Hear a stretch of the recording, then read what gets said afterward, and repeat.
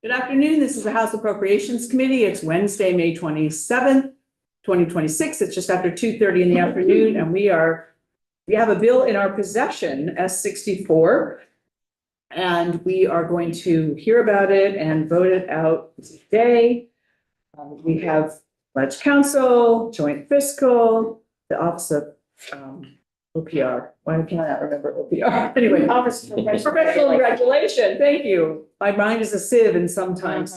So Jen, do you want to come first and talk to us about the bill? And it's posted on our website and some of us have copies. And I guess we're looking at the as passed by the Senate version. Okay. Good afternoon, Jen Carvey from the Office of Legislative Counsel. We are looking at S64 as passed by the Senate. Put the language up. And you can tell me how much detail you want. This is an act relating to amendments to the scope of practice for optometrists. It starts out by amending the definitions in the chapter on optometry in Title 26, which is the Professions and Occupations title. And there's an existing definition of the practice of optometry, makes a few minor modifications, but really the big part is that it creates a new part of the definition for an optometrist holding an advanced therapeutic procedures specialty, which is what gets created in this bill. So you'll see subchapter 5 as new. Can you just go back for 1 second on the first slide when it says appropriate? The word therapeutic was added, and I'm not sure I understand. I'm not sure that's I don't believe that's a substantive change. I think it may be a clarifying change. OPR can weigh in if okay. Otherwise, but I think some of these are really just sort of clarifying. Okay. Existing language. Okay. So we get to the bottom. Right. So it's really this new for an optometrist who holds this advanced therapeutic procedure specialty, performing the following advanced therapeutic procedures would be part of the definition of practice of optometry. And there is a list, so unless you want me to, I won't go through them all in detail. I can just flag for you that there's kind of 3 categories. There's certain types of surgeries. There are certain types of laser procedures, and there are certain injections. Can I just interrupt real quick? Please. Just repeating, these are optometrists that hold a specialty. Yes, a specialty that's going to get created in this bill. So you're going to see what it is. But yes, and a specialty is sort of, yes, is an extra. So this is not just specialization. the lesion, so the outside the eye, they can inject the eyeball and do actual laser surgery in the eyeball. So I was thinking it was more external, but it's the eyeball itself is involved. Yes, I believe, and we have at least one optometrist in the room who I may defer to if you have questions about what all these things mean. Let's continue for now. Thanks. And then it specifies that the practice of optometry does not include performing any of the practices set forth in section 1720, which is also a section that gets added in this bill. And we have a couple of other definitions. We have adverse event, which is a definition that is used elsewhere in statute in the hospital safety and surveillance system. So I've used it again here. We've used it again here. It's an untoward incident, therapeutic misadventure, iatrogenic injury, or other undesirable outcome directly associated with care or services provided by a healthcare provider or facility, as those terms are defined in the healthcare statutes. And then we have therapeutic pharmaceutical agent, and that was, Madam Chair, where you'd seen therapeutic getting added. I believe it was modifying pharmaceutical agent. And so that is a prescription or non-prescription drug used or prescribed for the diagnosis, prevention, treatment, or mitigation of abnormal conditions and pathology of the human eye or its adnexa. An iatrogenic injury. I looked it up at one point. Okay, I can look it up. It's a bad thing that happens in medical context. That's my layperson definition. First event means something really bad is happening as a result of the surgery. Yes. Therapeutic pharmaceutical agent does not include any drug or other substance that must be administered by intraocular injection or intraocular implementation. implantation, nope, it does say implantation, except as authorized by a particular, one of the earlier provisions for an optometrist holding an advanced therapeutic procedure specialty. I think that answers your question about intraocular leak is into the eye. Or any other drug or substance that is on the prohibited list in section 1720. Section 2 amends the existing statute on renewal under existing law and continuing under this bill. Optometry licenses must be renewed every 2 years, and there must be continuing education under current law. That's 40 hours. That would continue, but also this would add that for licensees holding an advanced therapeutic procedures specialty under subchapter 5, they must also complete an additional 5 hours of continuing education approved by the Board of Optometry in the advanced procedures. So it's 5 hours every 2 years for advanced. For advanced procedures in addition to the 40 regular hours. Section 3 is prohibited practices. If you remember in that first section where it said an optometrist shall not do the prohibited practices, these are the prohibited practices. And it starts out saying an optometrist shall not perform any ophthalmic surgeries with or without the use of lasers or injection procedures other than those that were set out in the OK list for someone with the advanced therapeutic procedures specialty in that first section that we looked at. And this prohibition includes the following procedures which an optometrist is prohibited from performing. There's a long list here as well. I don't know how much you want to look at this or not look at this. Some of us who have bad eyes are looking at this to see what's on here. Well, even if you have bad eyes, you may not know the statutory terminology for some of these, because as I was looking some of them up throughout this process, I go, oh, that's what that's called. So I can go So through. they don't do retinal stuff. They don't do retinal laser procedures, LASIK, Yeah. photorefractive keratectomy. These are- And they don't do corneal transplants. Right? Don't do general anesthesia. Or removing the eye. Or lens implants. Yeah, so. Surgery can't do surgery with general anesthesia. Right. Can't do Right, can't give or. scope. Right. There's lots of things they're not allowed to do. Dave, go ahead. When I testified in GovOps, just want to make sure it's still there. It's 2 weeks ago, and I don't think they touched this, but it was on at the time, page 7, said macular degeneration was exempted, meaning they didn't treat macular degeneration with injections. Do you still see it there? I'm having to look. I don't, only had to talk through this a couple of times in full. Yes, well, there is macular or retinal disease, I see, laser or non-laser injection. Which number is Or that? vitreous chamber of the eye to treat any macular or retinal disease. Okay. Is that what you're saying? So I will tell you, there have been no committee has made an amendment to this. In the House, so it's exactly as you saw it in GovOps. They did hear an amendment today that would make an addition to the bill, but didn't take it.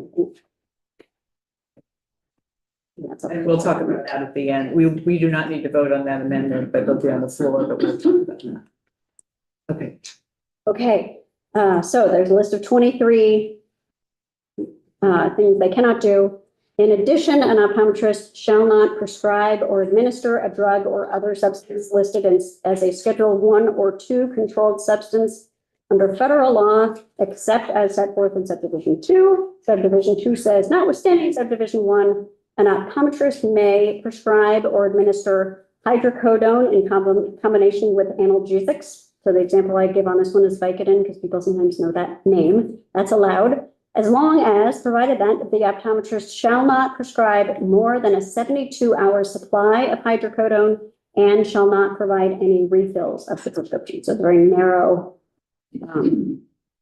prescription authority for that, and whether it's a Schedule 2 drug. Section 4 adds the new subchapter 5. So I'm really repurposing an existing one that had, I think, one section in it that gets redesignated at the end of the bill. So this is the new subchapter 5 on advanced therapeutic procedures specialty.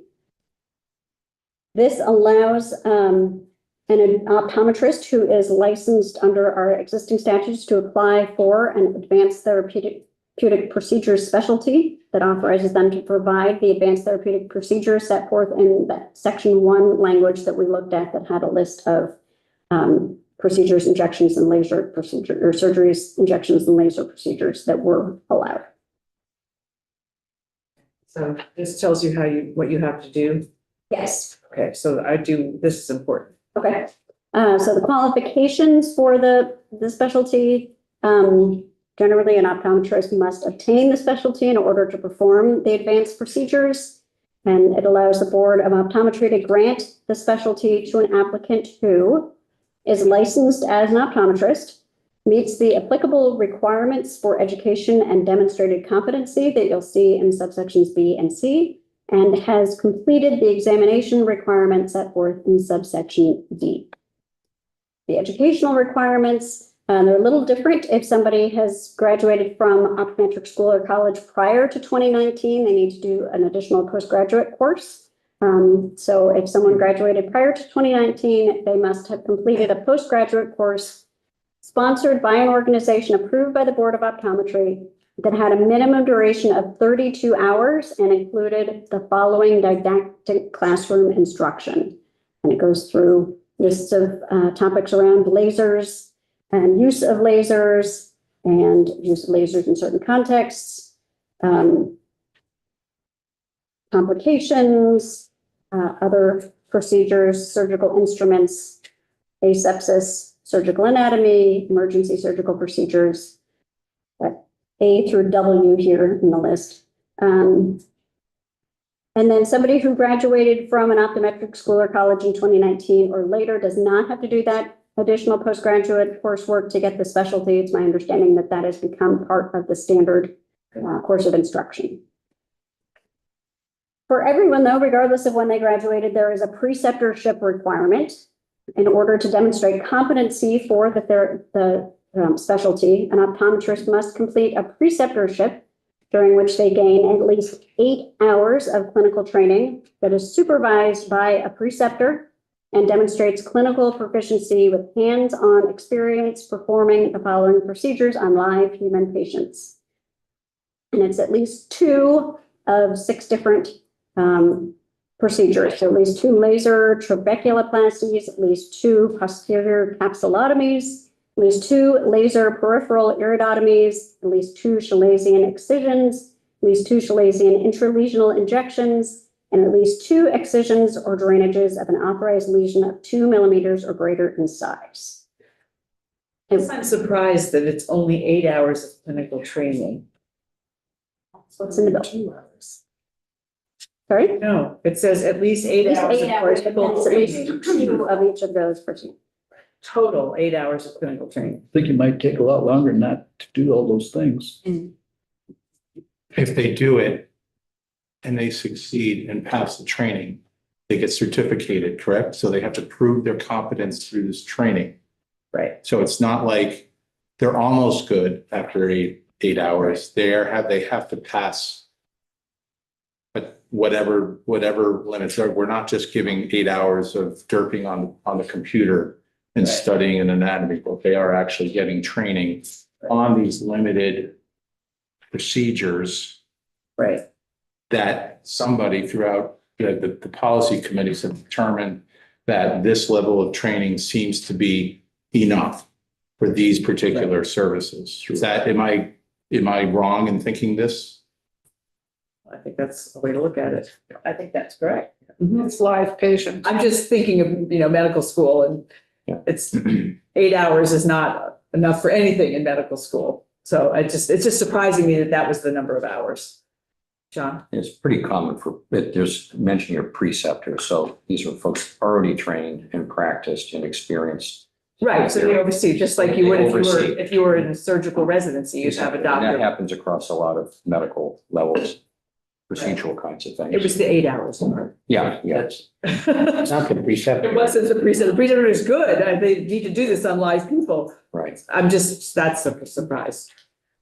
So across the country, optometrists are allowed to do that. I would assume that these requirements mirror the requirements that states have across the country that are already allow this to happen? I would defer to OPR when they testify. I know they had, I think this language came largely from OPR. There are several states that have expanded to allow these procedures, but I don't know how this matches up with their. We'll have OPR talking about this stuff too, so, yeah, that'd be good. Okay, continue. Okay, so the preceptor must be either an optometrist with a substantially similar scope of practice who has been licensed in Vermont or any other U.S. jurisdiction to provide those advanced procedures for at least 3 years, or an ophthalmologist, which is a medical doctor or a doctor of osteopathy who is specializes in eyes. The preceptorship must involve direct and in-person supervision of the optometrist by the preceptor. Must take place in a state where the preceptor is licensed and authorized to perform the advanced procedures, and the preceptor must certify that the optometrist has competently completed the required procedures and provide a log of the completed procedures to the board. Then there are examination requirements. It requires the applicant to successfully pass written and clinical examinations administered by the National Board of Examiners in Optometry, including its injection skill examination and the laser and surgical procedures examination, and any other examination required by the board by rule. It also allows for advanced therapeutic procedure specialty by endorsement. So the Board of Optometry can issue the specialty to an applicant who is licensed and in good standing in another U.S. jurisdiction and who has an expanded scope of practice that is substantially equivalent to or broader than the expanded scope of practice permitted by this subchapter, and has been in good standing in the expanded scope of practice in the other jurisdiction for at least 3 years. And it allows an optometrist whose advanced therapeutic procedure specialty issued by endorsement under the section to serve as a preceptor in this state. 1725 requires an optometrist to report any adverse event, so that was our definition from the definition section, related to an advanced procedure within 30 days following the event. Who do they report it to? I believe they would report it to the Board of Optometry. It doesn't say that. It does not specify that. It may be spelled out more in rule. Is there rulemaking? I believe there is generally for all of the boards, the professional boards, but it does not. Section 5 is redesignating that one section that is in the existing subchapter 5. And then section 6 is the effective date, and the act would take effect on July 1st, 2028. So in 2 years, basically. Yes. And was there a particular reason for that date? Do you? I mean, the bill was originally introduced in 2025 and had an effective date of 2027. I think it's to give OPR and the Board of Optometry time to be ready to administer to issue this special. And Colin may have more. Yes. That's a good question. This is kind of like just stepping back from all of this. Does the legislature often, do we weigh in on this kind of professional practice as it relates to medical decision-making in this way? Is this an unusual, I mean, it's very difficult for somebody who doesn't have a medical degree or, to wade through this and say, oh, this is the right procedures. Yeah, right, et cetera. And I'm just wondering if this is in the legislature because this issue was not, we weren't able to resolve the issue within the OPC or between the Board of Optometry and ophthalmology. I know there has been a long effort to work out details between optometrists and ophthalmologists, but beyond that, I think you'll want to hear from the Office of Professional Regulation. I have not, I don't believe I have worked on a bill with this level of specificity in it, but there may be some that were drafted by somebody else before I was here. Yeah. Okay. Thank you. Mike, did you have a question? I can wait, but it's a comment. about how I really think we need this. I have constituents who are driving now in Massachusetts to get macular degeneration shots. They wouldn't be able to use this for macular degeneration. I get that, but I think if it frees ophthalmologists up at all, Mhm. there's a greater benefit. Yeah.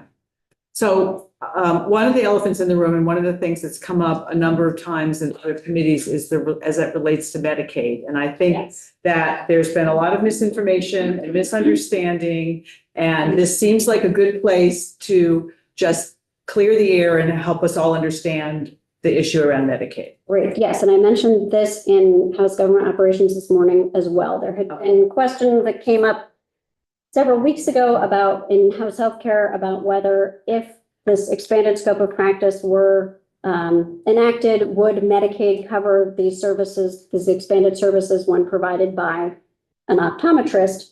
And my initial assumption was yes, and then I followed up with AHS and was told no, they would need to amend the Medicaid state plan in order to do that, and that they would need legislation directing them to amend the Medicaid state plan, and or that they would not seek to amend the Medicaid state plan without legislation requiring that, and which would also then prompt them to request the funding for it in their fiscal year 2029 budget request.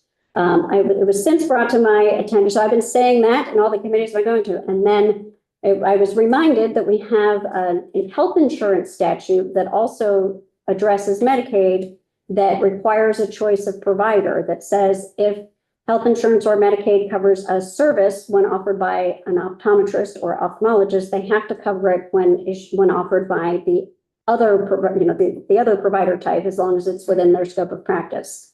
So for our purposes, that means if Medicaid is currently covering a service when provided by an ophthalmologist, and you amend the law to expand the scope of practice for optometrists who receive this specialty, then Medicaid would need to cover that same service when offered by an optometrist with the specialty, as long as it was within their scope of practice and they were enrolled as a participating provider in Medicaid. So when I followed up with the Agency of Human Services with that information, they said, okay, then that means we would need to cover it. We wouldn't need legislation to direct us to seek the Medicaid state plan amendment. We would need to go get the Medicaid state plan amendment so that we could get federal, assuming we received the approval for the amendment, to have the Medicaid cover. So they would have to go get request. They would automatically have to go Exactly. request. Either way, we knew it would require a state plan amendment. The question was, did you need to tell them to go get the state plan Right. amendment, or is there They some just reason have they to would do it. need to go get it? So the passage of this bill would trigger them having to go request that? Right. Okay. In order to try to line up Medicaid coverage for July 1st, 2028. Right. And then my other question is, would optometrists be required to accept Medicaid? No, just like they're not now. I mean, there's nothing in here that Right. requires. Okay, but it's And just provided- if an ophthalmologist can charge Medicaid for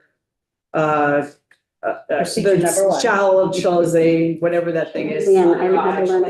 Chalazin, it's a word I've never heard before this week. If they accepted Medicaid for that, then an optometrist would be allowed to accept Medicaid for that, Right, they could right? see a Medicaid patient and be paid for that service. So I will pull the statute up and you can see it. Here is Dave, the. did you have a question while we're, yeah. Yeah, well, Jen's looking and, do you think my assumption that there would be a differential between what private health insurance paid and Medicaid paid to do? Don't believe they can, in fact. So, Could you speak to that? yeah, because of this same statute. So here we are in Title 8, Banking and Insurance, and we're in health insurance, which is why this did not immediately come to my mind. And this is a section recodified last year as a result of Act 11 that recodified all of moved around, reorganized, and updated all of the health insurance statutes. This is choice of providers for vision care and medical eye care services. And this first says to the extent a health insurance plan, and you'll see down here, it says, except for one piece, this one right above it, this section shall apply to Medicaid. So that's important as we're looking at where it says health insurance. So to the extent a health insurance plan provides coverage for vision care or medical eye care services, it shall cover those services whether provided by a licensed optometrist or by a licensed ophthalmologist, provided the healthcare professional is acting within the healthcare professional's authorized scope of practice and participates in the plan's network. So that's the first piece I was talking about. Okay. Here in D, it says a health insurance plan shall provide to a licensed healthcare professional acting within their scope of practice the same level of reimbursement or other compensation for providing these services within the lawful scope of practice of the professions of medicine, optometry, and osteopathy, regardless of whether the healthcare professional is an optometrist or an ophthalmologist. So, but does that mean if Medicaid pays $1,000 for a procedure, Blue Cross or MVP is limited to charging the same amount? Or can they set whatever charge? This is for, it just means for the plan itself, can't say if you do this service, we'll pay an ophthalmologist $1,000, or we'll pay an optometrist $500 for that same service. But, And and the same thing for Medicaid. If it's Medicaid and they're paying, I'm trying to get at whether we think access would be limited because of the reimbursement levels, and probably don't know. An optometrist might say, gee, I'm not gonna do this for Dave because he's on Medicaid. They can do that They now. can do that now. Ophthalmologists can do that now. Both can. There's no requirement by ophthalmologists that they must accept Medicaid. And there would not be a requirement by optometrists that they could accept Medicaid, That they must. that they must, right? They can, but they not, it isn't a must, it's a may. I Yes. think what you're asking is if your Blue Cross Blue Shield will pay you $1,000, will Medicaid pay you $1,000? And that doesn't happen now. Medicaid and Medicare set their own rates and they pay what they're gonna pay. And your insurance has contract with the hospital. They have all different plans with different payment reimbursements. So yeah, Medicaid and Medicare generally don't pay the same as. Right, and I'm wondering if it will influence the provider's selection of patients and whether they'll, I'm trying to get also, and I know Nolan is here too, and I'm trying to get, is there an impact on the Medicaid budget with this change? And do we have any idea? Medicaid, but we don't. No, I don't think we know. we have no idea. You don't know if there would or would not be. We don't know. There's been no work done on it to determine, that I'm aware of, to determine if there's an impact on the budget or not. Could it be large? It depends. For the record, Nolan and I own the joint fiscal office. What was not clear is whether there's the same pool of people and some just go do this over here, or whether it increases utilization across the board. I don't know the answer to that.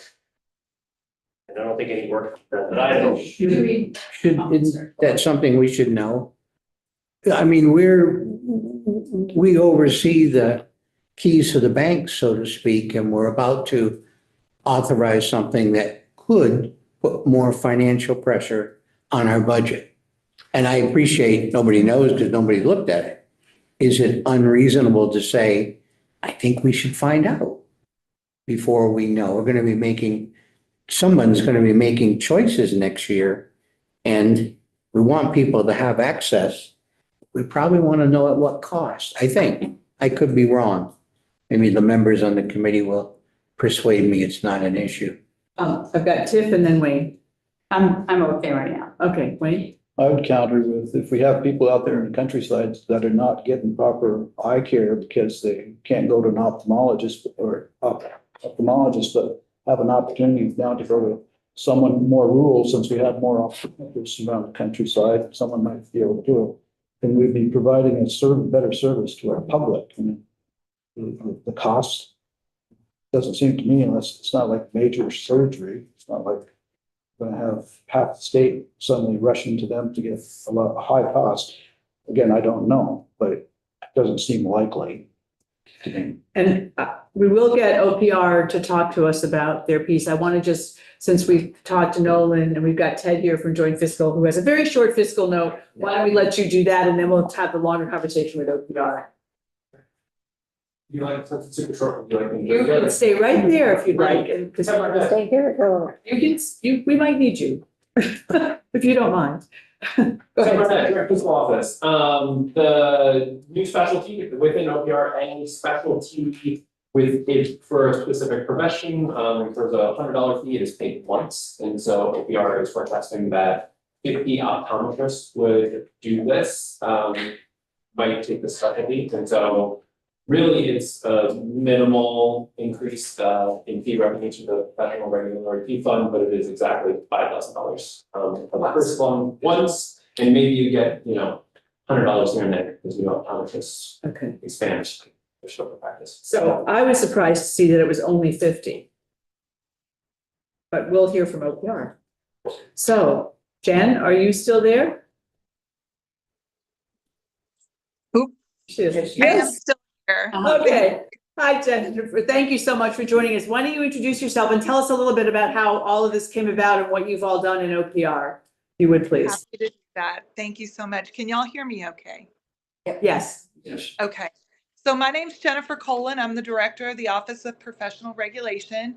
I don't think I've had the opportunity to testify in front of this committee before, but thank you so much for having us last minute. And I apologize for not being there in person. I'm kind of running around between appointments today. So OPR has been studying this scope expansion for many years, since 2018.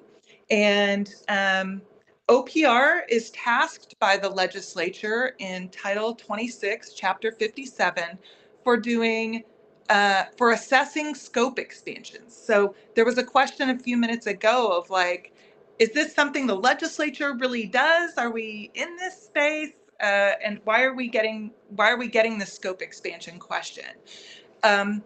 So in Chapter 57 of Title 26, OPR is tasked with assessing scope expansions in existing professions and reporting to this body of whether, essentially, whether a scope expansion would be in the best interest of the public. Our mission is public protection always, and that's the lens that we're looking through. So we're the ones who have to study these things and write reports and then report into you all about, what the different considerations are and basically make recommendations with respect to scope expansions. This legislative session, you've already seen a couple. We have psychologists prescribing, which is a new thing for psychologists, but there's a bill that's been passed, H237, where psychologists with specialized training and education can prescribe meds for mental health purposes for their patients. You've seen scope expansions in connection with pharmacy this session, so that pharmacists, under certain circumstances, can prescribe tests and medications, tests to treat for certain conditions like COVID, strep, and flu. So those are scope expansions, and this is a scope expansion that we've studied for many years. I think the way it initially came to the legislature was there was a proposed bill back in 2018-ish, maybe, for this advanced procedure specialty, and we were asked to take a deeper dive into it. And so we did that. We've written 2 reports on this scope expansion. And the first report, we did a lot of research and we reached out to all of the optometry schools in the United States, and we didn't get response. And so we didn't feel that we had adequate information to say that the scope could safely be expanded. And so in the first report, we said we can't support this at this time. After that, in the next session, I believe, Senate Gov Ops asked us to take another look and see if we could get that information from optometry schools, which we did. We heard from all of the optometry schools. We were able to take a look at their curriculum and, you know, kind of what is the standardized education across the 24 or 25 optometry schools in the United States that would help us to understand whether optometrists were adequately prepared for this. And so we took a look at that, and we took a look at what other states are doing. And there are some states that have allowed this expanded scope in optometry for decades. And there are other states, you know, I think just in the last year or so, there have been four additional states who have allowed a scope expansion very similar to what you're contemplating here. So I believe right now there are 16 states that allow a scope expansion, very similar to what you're seeing with these procedures. But I'm getting off track. So our sunrise study, we did two. The first one said we can't adequately determine that this would be safe for the public because we don't have enough information. In the second report that we did, which we provided to the legislature in 2023, we reviewed what's happening in other states. We've reviewed curriculum from the optometry schools. We worked a lot with the Vermont Optometric Association. We also connected with VMS and ophthalmology throughout this process. And our 2023 revised report found that the standard coursework in all U.S. optometry educational institutions provides a strong foundation for optometrists to provide the advanced procedures that are included in S64. All U.S. optometry schools teach these procedures through didactic instruction, as well as in lab and simulated experience. And optometry students practice standard optometric procedures on live patients. So in the different optometry schools, they won't necessarily get to practice these specific procedures on live patients because in some states these procedures are not allowed. However, they are practicing those foundational skills. You know, the equipment for using a laser is very similar to things that they're learning from their first semester in optometry school. And they are practicing those foundational skills on live patients. So we determined that with additional hands-on skills training, and that's the 8-hour preceptorship you see in S64, that there would be sufficient preparation and training and education for optometry folks who graduated after 2019 to be able to perform these procedures safely. The other thing that we determined was that, you know, there are 2 national examinations with respect to these skills and these procedures, and we determined that those examinations should be required in order for optometrists to get this specialty. So, you know, we studied that. We had public meetings in connection with our sunrise process. We engaged with other states. We engaged with different organizations, associations, and those were our conclusions. You'll note that S64 is quite prescriptive. So it says exactly what are the procedures that optometrists with this specialty could do and what procedures are prohibited. And so macular degeneration was one of those that's in the prohibited list. And because this is a scope expansion that's had some, some disagreement, there's been disagreement around this. It was pretty important to make sure that it was very clear what optometrists with this training could do and what they are not allowed to do. And something that I would also note is that other states that do allow these procedures, you know, they vary with respect to what are the requirements for optometrists to show that they should be allowed to do this. So some states don't. I believe there's states that don't require any additional thing. Because this is standard education in all optometry schools, it's simply included in the scope of practice for optometrists.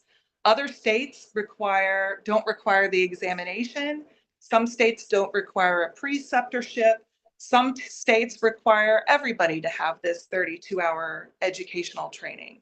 So we kind of looked at all of the measures that that different states require, and kind of determined to ensure public safety that we're going to be at the more stringent level of requirement in order to permit optometrists to do that. So we heard testimony from optometrists and optometry schools that Vermont would be the most stringent with respect to those requirements. And just let me say also, I can't see when there are hands because I'm trying. I'll let you know. I'll let you know if there are any. We're just listening so far, Jen. Thank you. Great. Okay. And then there has been an amendment offered in HGO, and Yes, I did want to ask you about that once you were done with, if there's anything else you wanted to say, but I do want people to be aware the amendment would be offered on the floor. And it's been voted out of HGO, but do you want to talk, who did the amendment? Did you do the amendment, Jen? So let's have Jen talk about the amendment, and then the other Jen, you tell us how you all thought about it. So we'll pause for the amendment, which is, no, I don't think we put it on because it's not. Probably on the House Gov, I know it's on the House Gov Ops Yeah. website today. All right, so people can go look at the House Gov Ops website to see it. I will put it on. It's one thing. We don't need it. This will be a floor thing, so we're not going to vote on it. There's no reason for us to vote on it. It is one page. So if you want to just run us through So it. this is an amendment that Representative Nugent proposed.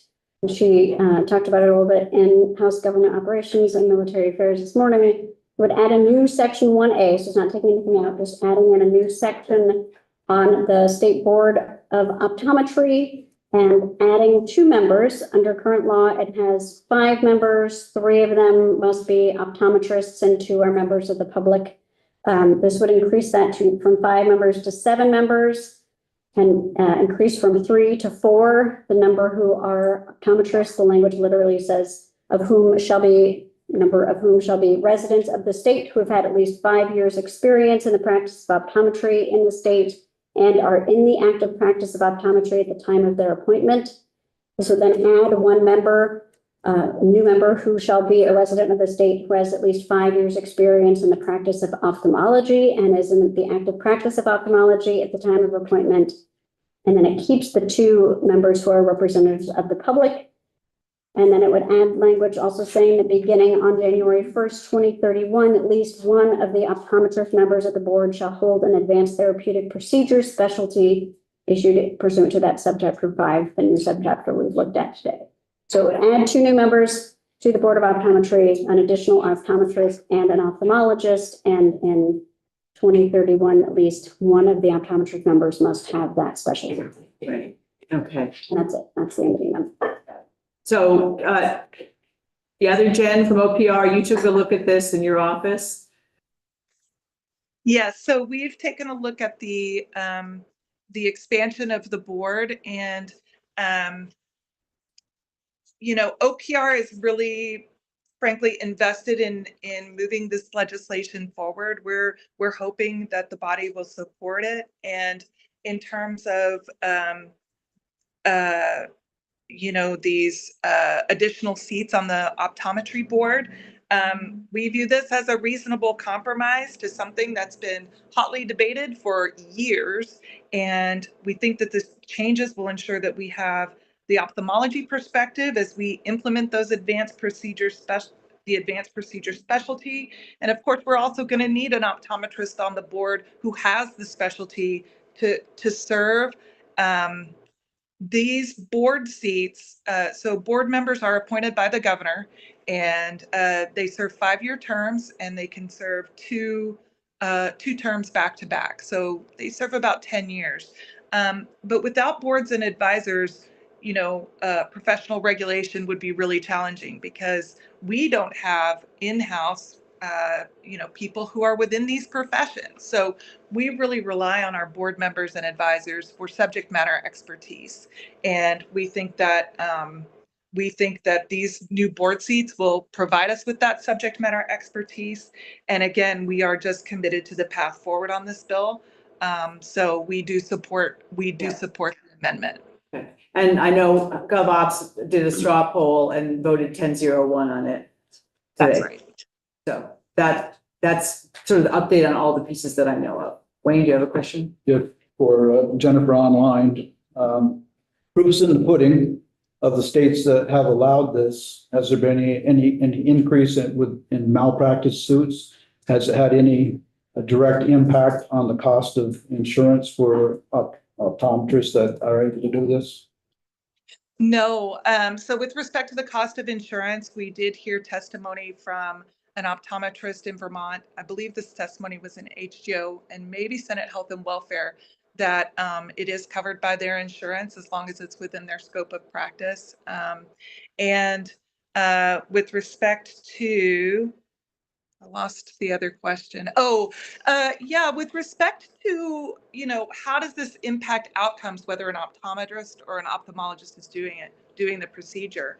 I mean, in connection with our, research for those sunrise assessments, we didn't find any data that suggested that there was any difference in malpractice lawsuits or complaints filed against practitioners with their regulatory bodies, or any kind of data to support that there's a difference between who is doing these procedures. So that was the other reason that we kind of felt assured that that we could follow these other states and have really stringent requirements. And we also have a reporting requirement that's not included in other states, where if you have an adverse event, you're going to have to report that to the board.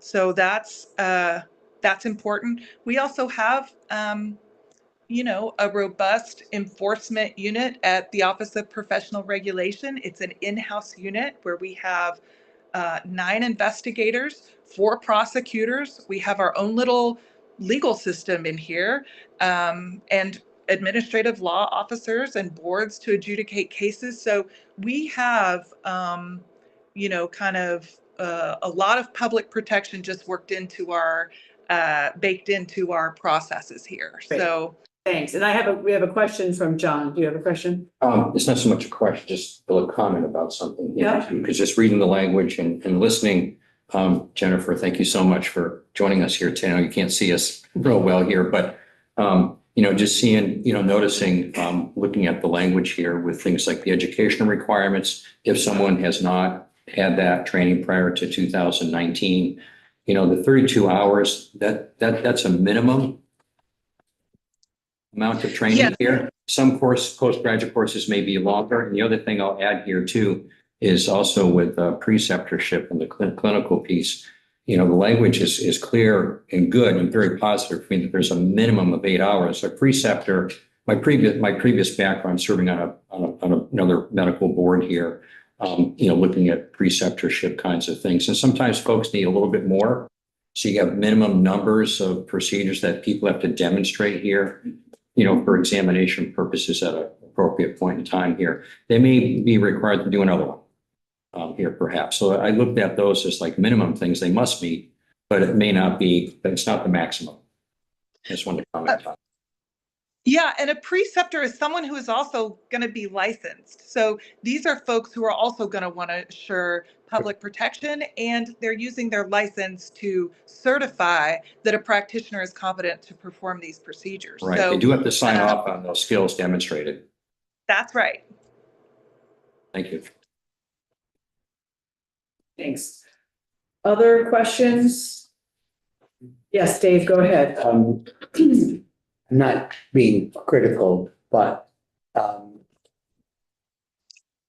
not the kind of fiscal impact statement I would expect when there's an obvious question of utilization. So what's the impact? I'll let that go though. It is what it is. I don't know if it's de minimis or not. I get an injection once every, as the members probably know, once every 6 weeks. I received 2 letters from 2 of the ophthalmologists and had a good conversation with the one who routinely does my injections. It started out, I've done this for over 10 years. It started out, the charge from the hospital for the medication was $6,000 an injection. Medicare pays around $1,600 for the injection, the medicine. Yeah. Much less for the actual, when the doctor does the needle in the eye. There's lots of numbing that goes on, but I'm sufficiently biased. I want to be open about that. That just the thought of someone putting a needle in my eye and not knowing how frequently they do it. And I understand for macular degeneration, it's not allowed anyways, but I don't know if it's allowed for other illnesses and procedures. This gives me too much pause to be able to vote yes, but I respect the people, the process. Optometrists are able to go through it and be certified, and that's a good thing. I'm saddened that in this case, it won't help with the access for macular degeneration. There's people in the office, in the waiting room. A lady, she's 92. She comes on every 8 weeks from St. Johnsbury. You know, it's like winter, no matter what the weather is, you got to be there. You can't miss it. Right. So enough said. Thank you. Thank you.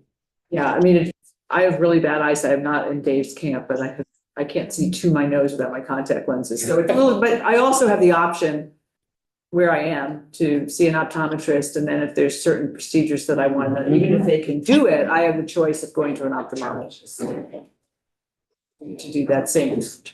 So that's a personal choice, but I have that choice because of where I live. Share personal experiences too. Anybody can make mistakes, not the outcomes you want. I have a hole in this retina. I've had 2 operations by an ophthalmologist to try and correct it. I was told going in 95% success rate, the first one. And I hit the 5% proof. Second one, they said, well, the rate goes down, and I still have the hole in my retina. So whether your level of training or the outcomes are not guaranteed. It's amazing, though, I think, that my brain compensates. Adjust. Where when I look right here, I don't see a half a blur and half a. Yeah. Our bodies are pretty amazing. Yes. Yeah. So I wouldn't have known it if I don't play basketball. So I was putting my contact lens in, so I covered one eye. All of a sudden, the clock disappeared. I got a floater in one eye that I had very well at the end of the time I was in Pennsylvania. I was stressed. It was stressful. I came home and got a little flash in my eye, got floater. But my eyes totally compensated for it. I don't notice it unless I really have to try. And I don't really want to drain everything out of my eye, fill it up with saline. You can see, hang on to what you can see. I'm gonna have Tiff say something, and then Jen, I see you've got your hand raised, and we'll take you next. So just a sec. Go ahead. So Dave, I'm curious, you raised the issue of utilization, and that was one of the questions I had. You know, in some ways, a rise in utilization may simply reflect that people are not getting in to see ophthalmologists, and you know, they're actually able to have access to the medical care that they need, right? And I do wonder whether we know from the experience in other states, since there are 16 that have done much the same thing, if we know if this has resulted in utilization rates that are higher.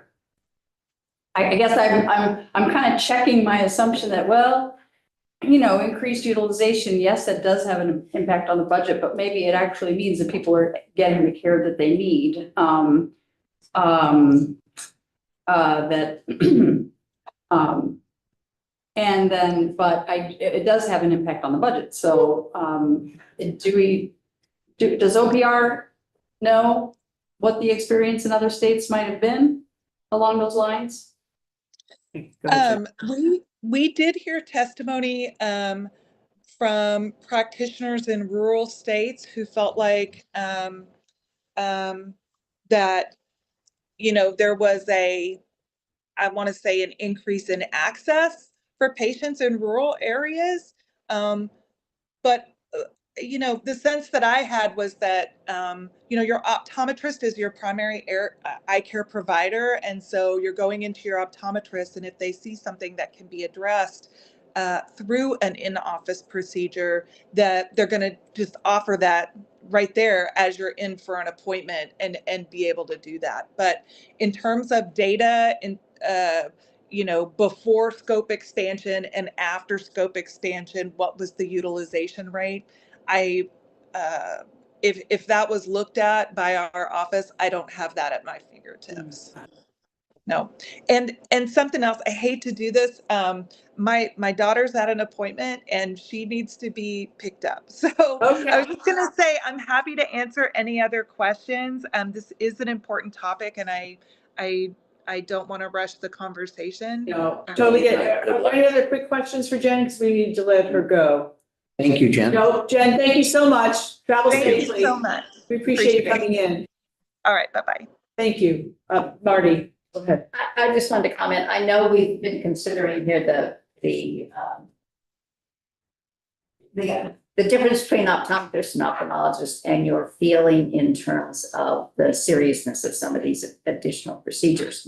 And that's certainly critical. However, and everybody has a choice. You can go to whichever provider is available to you that you prefer to be, that you're comfortable with. I feel comfortable with OPR's review. I think they've done a very, very thorough review, and I think that they can justify their suggestion of this change in scope of practice. So I would feel that that's appropriate from that respect, still recognizing that any individual can do whatever they choose is most appropriate for them. I want to bring up the point that this is also a workforce expansion bill for us, because the optometrists and ophthalmologists, baby boomers are retiring, and we're having a hard time filling the ranks of those parts of the healthcare system. And my friends in the optometry field have certainly told me that they're having a very difficult time recruiting younger optometrists to come to Vermont because they can't practice the full scope that they've been trained in. And to Robin's point, if only 50 people want to do this, that means that not everybody wants to do these procedures. Right. But those that have gone through school and they've learned it and they know what they're doing and they feel comfortable and they're in an area where there is not other services, I think it's important that we have optometrists who are able to do that. And I think it's important for us as Vermont to attract young people, because I think many of the younger graduates are not coming to Vermont because of that reason. They've been trained and they want to use their skills, but they can't. That's just another aspect of the bill. Appreciate that. Any other comments or questions or things anybody wants to ask of anybody who's here? Okay.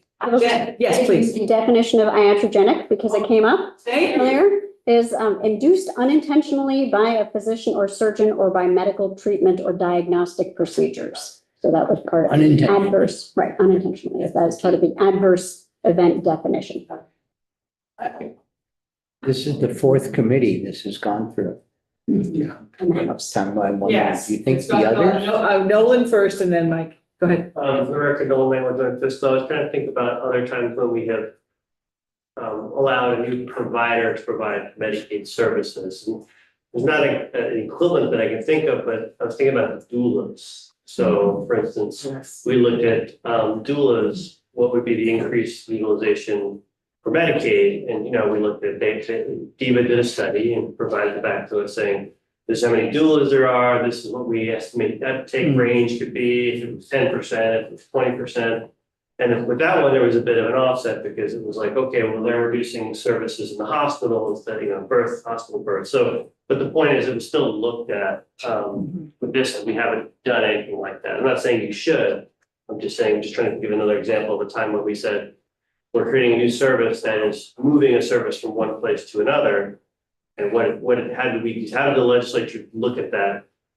That was a different issue, different bill, but it's similar in terms of trying to understand what is the utilization impact potential. Thank you.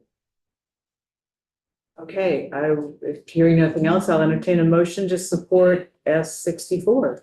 John? Wayne? Mike, this will be John Wayne. Once again, we got John Wayne. Who needs a horse? I told you that I dated somebody named Wayne John, right? Yeah. That actually was his name. No, his name is Wayne John, but he went by Chip, so it's not his name. Oh, maybe more comments, but I just think it's fun. Okay, if the clerk is ready and there are no other comments, let's take the roll, please. President Bloomley, Yes. President Dickinson, Yes. Representative Feltus, Yes. Representative Kaczynska, Yes. Representative LaRoche, Yes. Representative Rowicki, Yes. Representative Migro, Yes. Representative Squirrel, yes, Representative Stevens, Yes. Representative Yakavoni, No, Representative Shy. I'll vote yes. 1-0. And I do take some comfort in the amendment that'll be on the floor. I feel like that a little bit more oversight is going to be a good thing. So, and it's been supported by OPR, so I hope we'll support that. Yes. Yes, I remember when we do this when we were across the hall, and then we Oh, flew yes. from them. 3 or 4 years ago. Yeah. Yep. So, We'll send this bill. Mike Maricki, and so you will send something, he'll send you something and you'll get it out to the clerk, because they may pull it up today or they may, whatever, yeah. There's no fiscal impact for us. It's really a revenue thing for Ways and Means, right? I mean, there's otherwise no fiscal impact for us at this point. Jen, thank you so much for coming in and thank you for clearing up the issues around Medicaid. We have another bill we have to just do a straw poll on. Ted, you're here for that too? Yeah. Okay, it's the Ted Barnett Show. Did Cameron leave? Is he here? Is he hiding? Oh, you know what? I can't see. These guys are sitting in a certain way. Thank you, Nolan. Yes. Yes. So this is, what are we doing? This is 328. Let's see.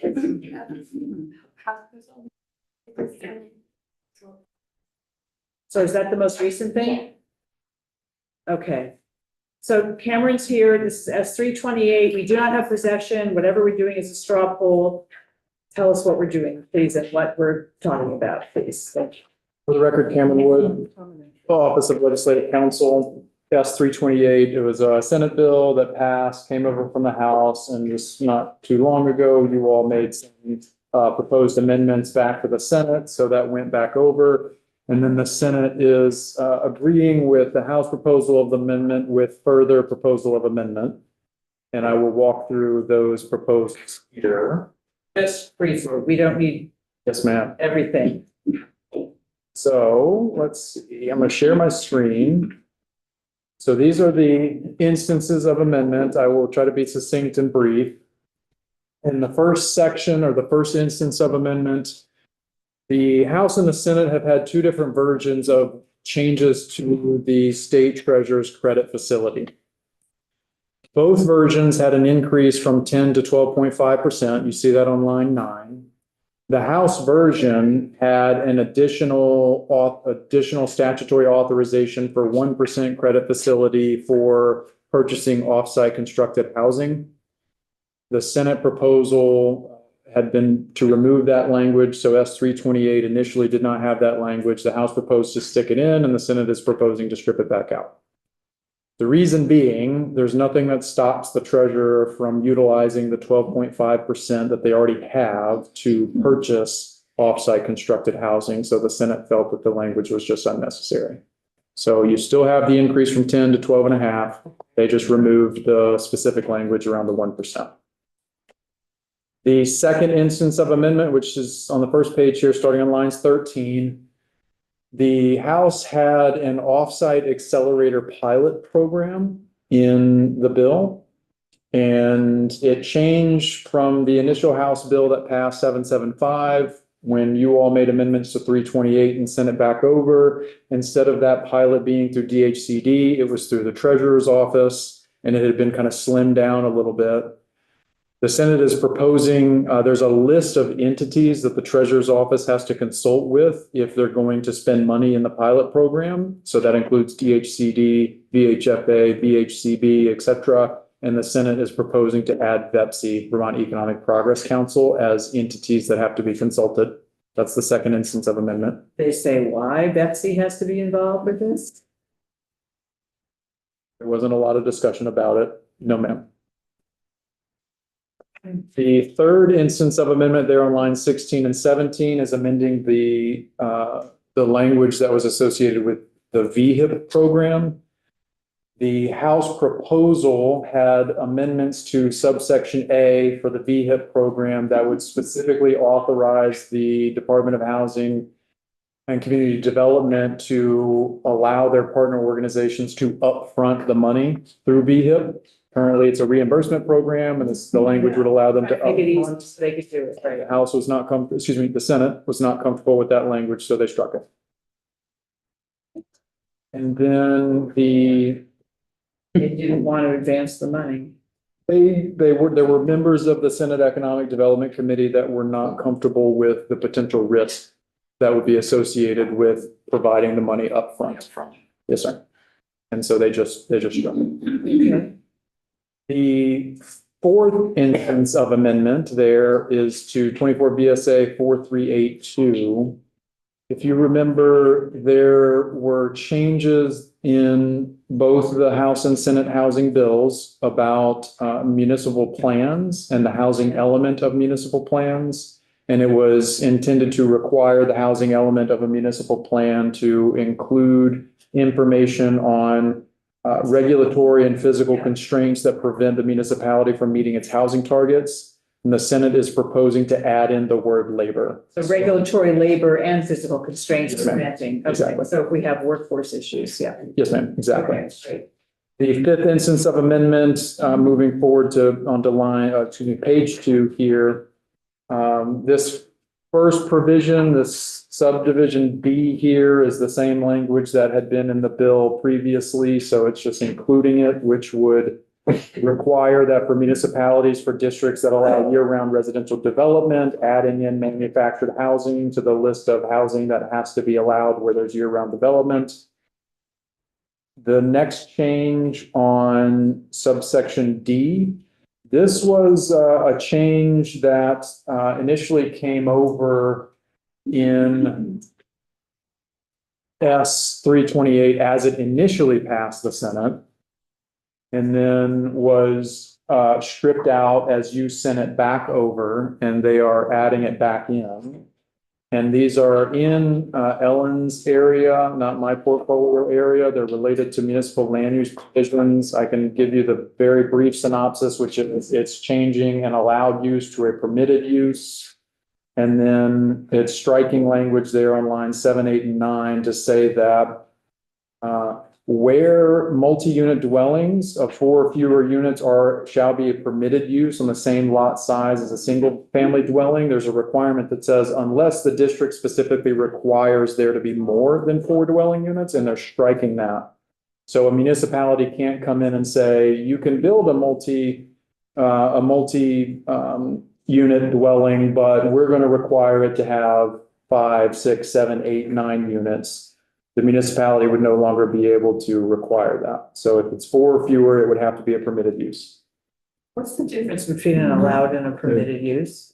The question I have to defer to Ellen because it's her area of expertise, not mine. This is that allowed doesn't require a permit, and permit would require a permit. Allowed, I think is what's the statute like this, so if I'm closing a house 40 units, you can't. You can't It's stop. statute, so you cannot use that as an excuse not to approve it. Okay. It's not allowed to use that property. automatically allow use. Automatically through statute. Right. That's been wrestled Right. through this year. So permitted makes it harder. Permitted is a different, would be a different circumstance. I mean, Right. permitted, you're talking about, you could be talking about anything from, any activity stuff, oriented stuff like rough driveways or electric or whatever you might need a permit for to build a house, but can't prevent building a 40-unit house is a permitted use of that land by right. Now, I mean, that's increased over time. It used to be one. And it depends on where it is too, but just generally speaking, it's always, we've always defaulted to one because everybody needs their own house and then duplexes, and now we've changed the amount that can be put on acreage. Right, to multi. And now it's this, so 4 units and under is an allowed use. Just by Except they're changing the word from allowed to permitted. They're changing the word, or they're saying allowed and permitted? No, they took Striking. allowed and changed it to permitted. On line 2, striking out allowed. Yeah, they struck out allowed. Allows your own resident But that's, to be they're restricted. permitted use. You have to get a They're permit. restricting it more. Yeah, This is more making it harder to build. I thought they were all about housing over there. I don't think it is, but it's not my portfolio area, so. Well, I'm gonna pause for a second. Who's already seen this? Which committees have you already been to talk about this? House General has straw polled this out just a bit ago. That's the only committee I've been Okay. in. What was their poll? It was, I think, 803. I believe Ellen was in Senate or House Environment earlier to review it as well. Okay.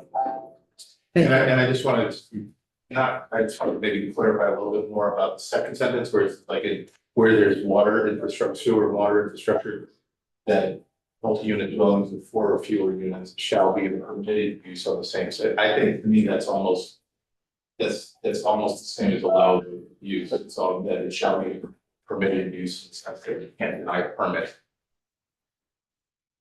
based on that, on the same size lot of a single unit dwelling.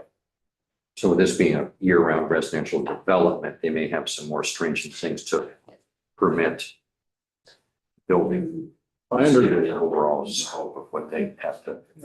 My understanding is it's intended to ensure that so as you can see there in line 1, districts that allow year-round residential development, duplexes have to be a permitted use. So it's to make it, to signal with the language that you can't prohibit them in these areas. The municipality can't prohibit them. And so Cameron, line 7, end of line 7, line 8, was that removed to the Senate in this amendment? It was, I believe it was in S328 as it came over from the Senate initially, I believe, but it's being added back in. Because there were certain kind of land use sections in 328 and the House General Committee stripped them out, feeling that it was the jurisdiction of the House Environment Committee. So when they stripped them out and then you all sent 328 back over to the Senate, and now the Senate is proposing to add some of those sections back in. Okay, so to keep you going, the next section is new. This was not in 328, again, Ellen's area, but I can just identify the wording for you at least. So except in flood hazard or fluvial erosion areas, no bylaw shall have the effect of excluding as a permitted use one accessory dwelling unit that is located within or pertinent to a single family dwelling. Currently, the statute says on an owner occupied lot, and the proposal is to strike on an owner occupied lot.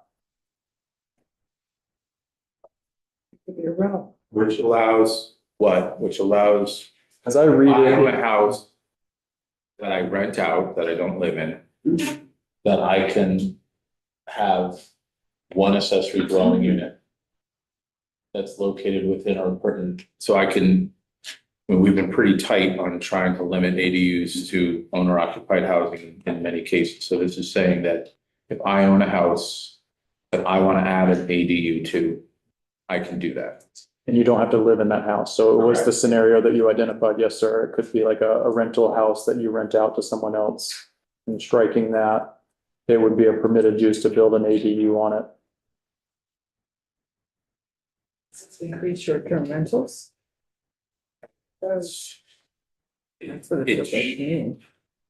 It opens up, well, it obviously makes it more lenient because it's not an owner occupied dwelling. There are zoning laws and some, like Burlington has some pretty intense ADU laws about who can do this, but the original intent, if you go back to what ADUs originally were called, mother-in-law apartments.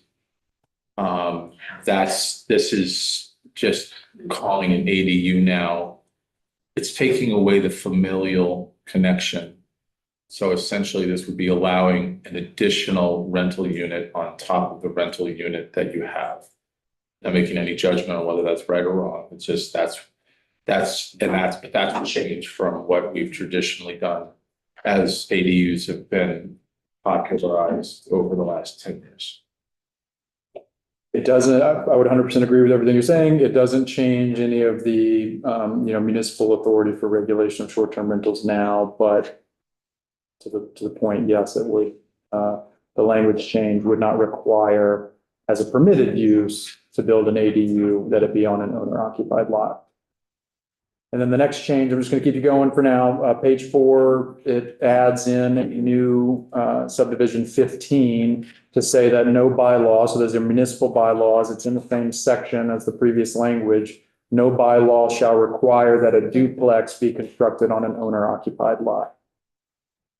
I think the argument here was duplexes and triplexes to be a permitted use, and you don't want municipalities to be able to subvert that by requiring them to be on owner occupied lots. I think that's the argument here. I will say for those, for 2 of those provisions, for the change here, the strike through of the unless the municipal district requires more than 4 units, for that strike through, and then for the language here on 15, the bylaw requiring a duplex to be on an owner occupied lot, for those 2 provisions, there's a sunset. That's what this next instance of amendment is. It's adding in a new section 9. So you can see here on the bottom of this page 4, you see that language is being added back in. That's why it's underlined. And then you see 15 is being struck. And then that section would go into effect on January 1 of 2028. So you would have next year to act if you wanted to further those changes. And then just to keep you going, the 7th instance of amendment is to add in this language regarding the state community investment program. This was in the bill as it initially came over from the Senate. And it's to add for designation of downtown and village centers. It adds this operative language here. The downtown or village center, if it's not listed in the National Register of Historic Places, if it's recognized as a pre-existing designated new town center. So my understanding is you have a few new town centers that are not in the National Register of Historic Places. And so this language would ensure they have access to this program. And then there is an amendment to a report from our office. If you remember, our office has to do a report on common interest communities and talking about authorizing leasing of residential units, commercial purposes, etc. And they have added in this language on lines 17 and 18, this subdivision 4. As part of this report, we would have to come back to you with whether there are any legal issues with permitting the installation and use of vegetable gardens within a unit owner's designated exclusive use space. If you all remember earlier this session, you passed a bill to require that landlords and common interest communities allow tenants or unit owners to be able to install vegetable gardens. That went to Senate Economic Development. They did not move that bill, and so they're adding it into this report. And then the last instance of amendment, bottom of page 7, top of page 8, is just striking the effective date to then add that section 9 sunset that I mentioned, add in its effective date of January 1 of 2020.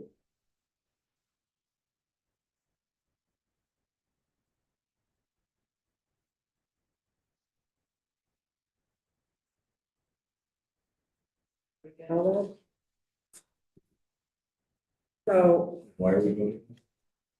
this came through with us the first time around. Ted, Don't go. Okay. You want to come up? You need this, is this a bigger one? You come on up this time. You don't need to relegate you to that bench thing.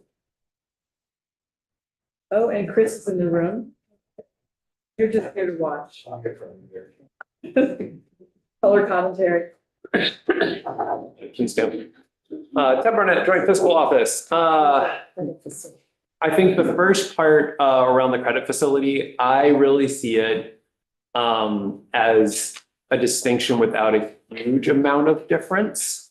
So in the version that came over that you all worked on in the House, right, there was this authorization, the treasurer would have the authority to establish up to a 1% credit facility for the offsite accelerator pilot.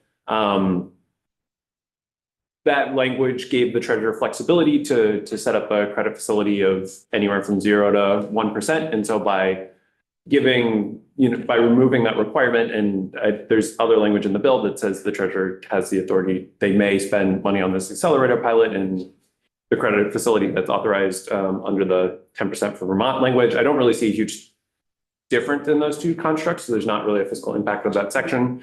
It'll depend ultimately how much the treasurer decides to invest in the offsite accelerator pilot, but it's still capped at that 12.5%. So the fiscal impact is the same, because I can't remember when I came in and talked to you all about that. The move, as a reminder, from 10 to 12.5% would provide an extra $30 million that would be available to be invested. And if the full amount of that $30 million was used by the treasurer and lent out, there would be $600,000 in foregone interest income.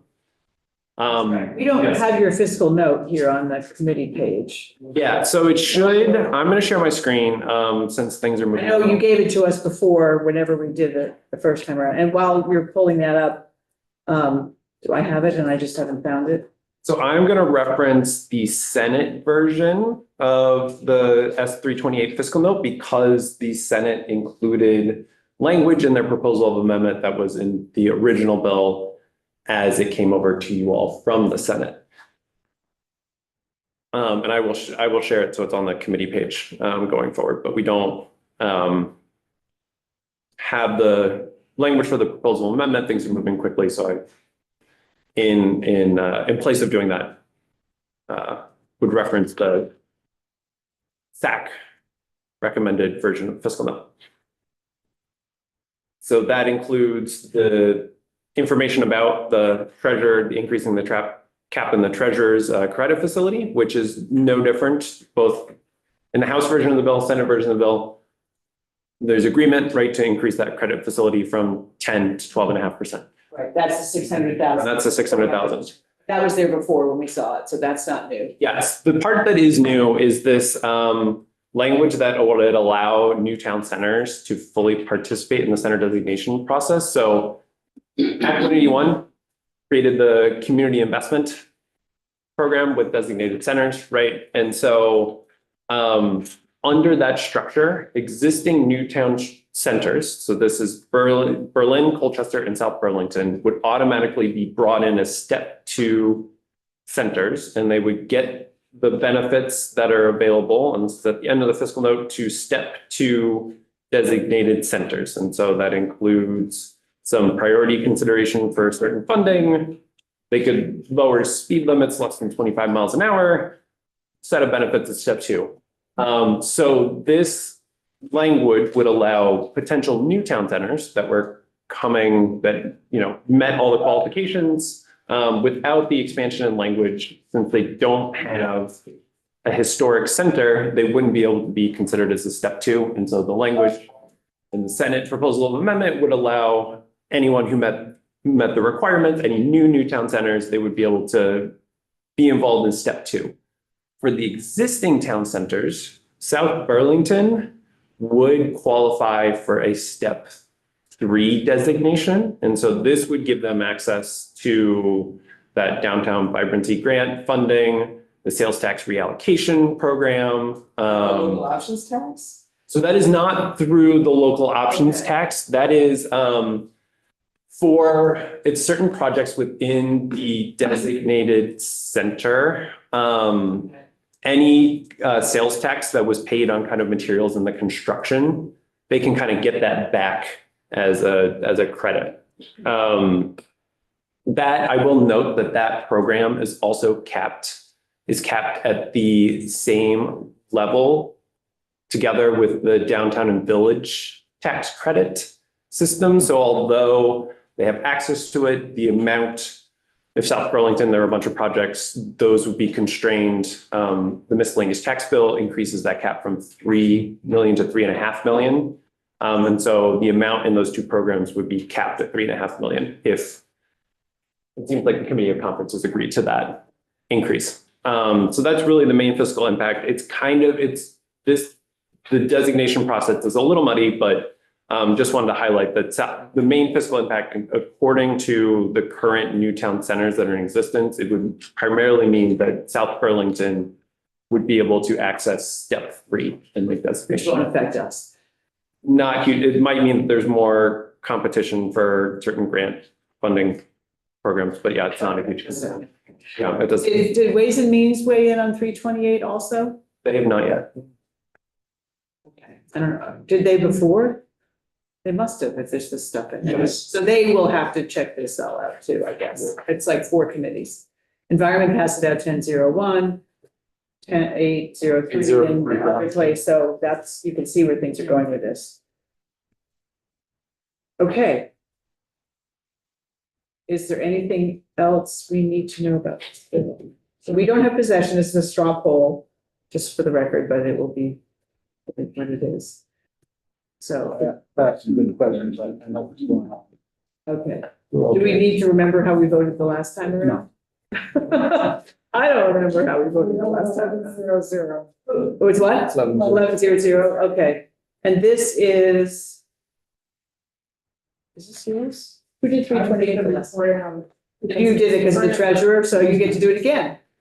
Okay, well, the changes have resulted in no fiscal impact, and the vote was whatever it is we're gonna take now. So is there a motion to approve this on a straw poll vote? Somebody, John? Wayne? Senate law, water prints down, so. No, this is reported. They do it. What- Yeah. So I think seeing no other questions, let's call it straw roll, please. Representative Blubley, Yes. Representative Dickinson, Yes. Representative Feltus, Yes. Representative Sensky, Yes. Representative Roche, Yes. Representative Rowicki, Yes. Representative Nigro, Yes. Representative Squirrel, yes, Representative Stevens, Yes. Representative Yakavoni, Yes. Yes, 1100. okay, thank you very much.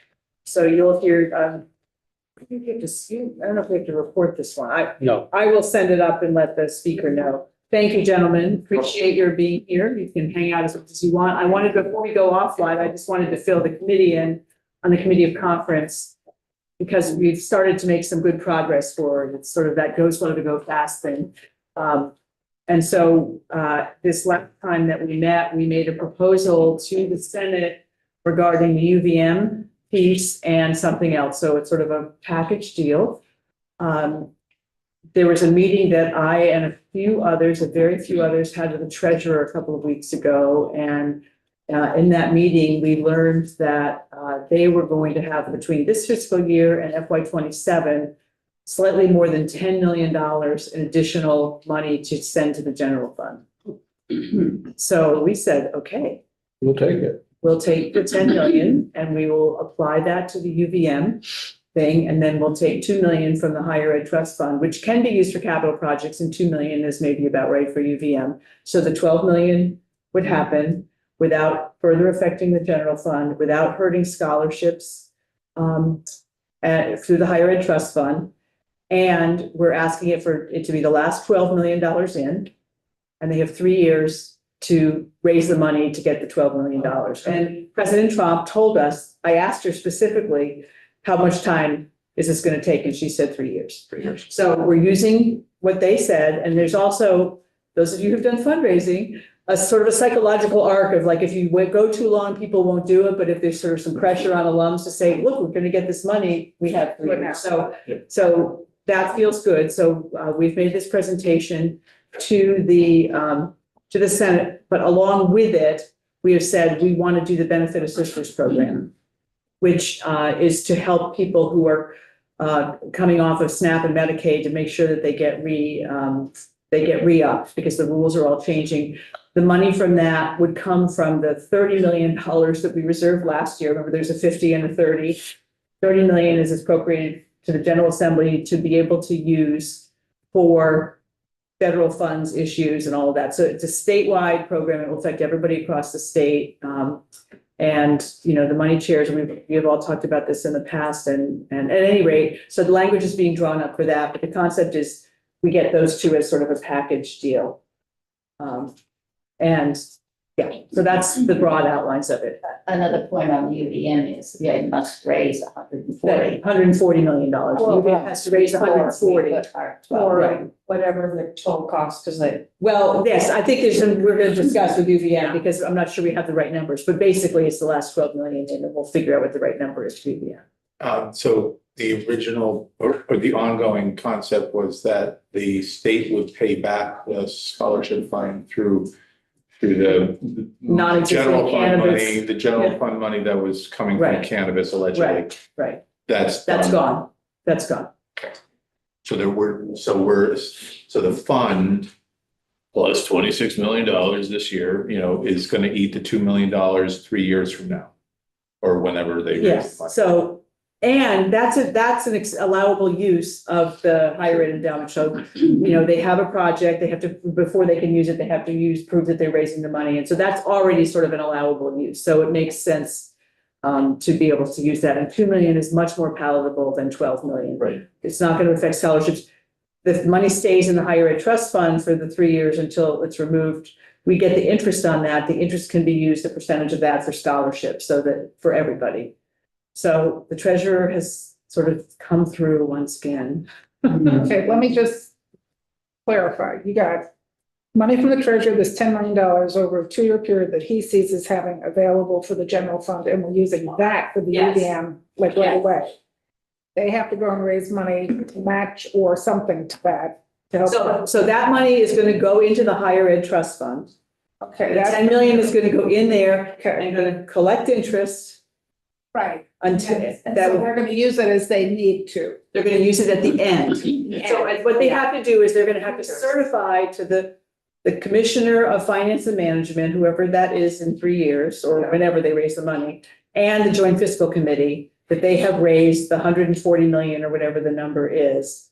And then the secretary of the administration will authorize the treasurer to release the money. Oh, I see. So the treasurer has the money, he's got the money, but it will be released to help.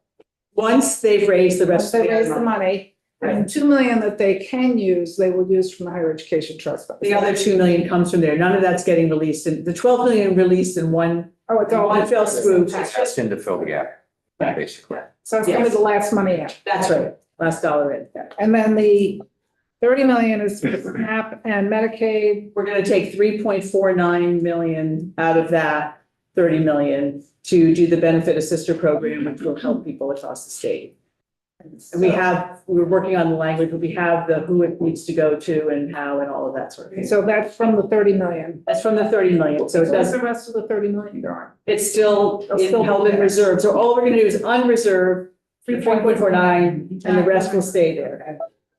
Okay, and then the freedom and unity is coming out All of from the higher ed the higher fund. education fund instead of from. And nothing's changed with the dollar amount. Okay. And it's the 600,000 to the Moral or Merrill or whatever the building is, that's staying. McClellan. It was an M. I know. Not the M. Thank you. That's only six. That's only six. Housing. At Johnson State. We are using down. Right. So I think this is sort of breaking the logjam and we're going to continue to move forward. Did you have a comment or question? Did you already say what you needed to say? He was just clarifying the McClellan. Oh, okay, great. Okay.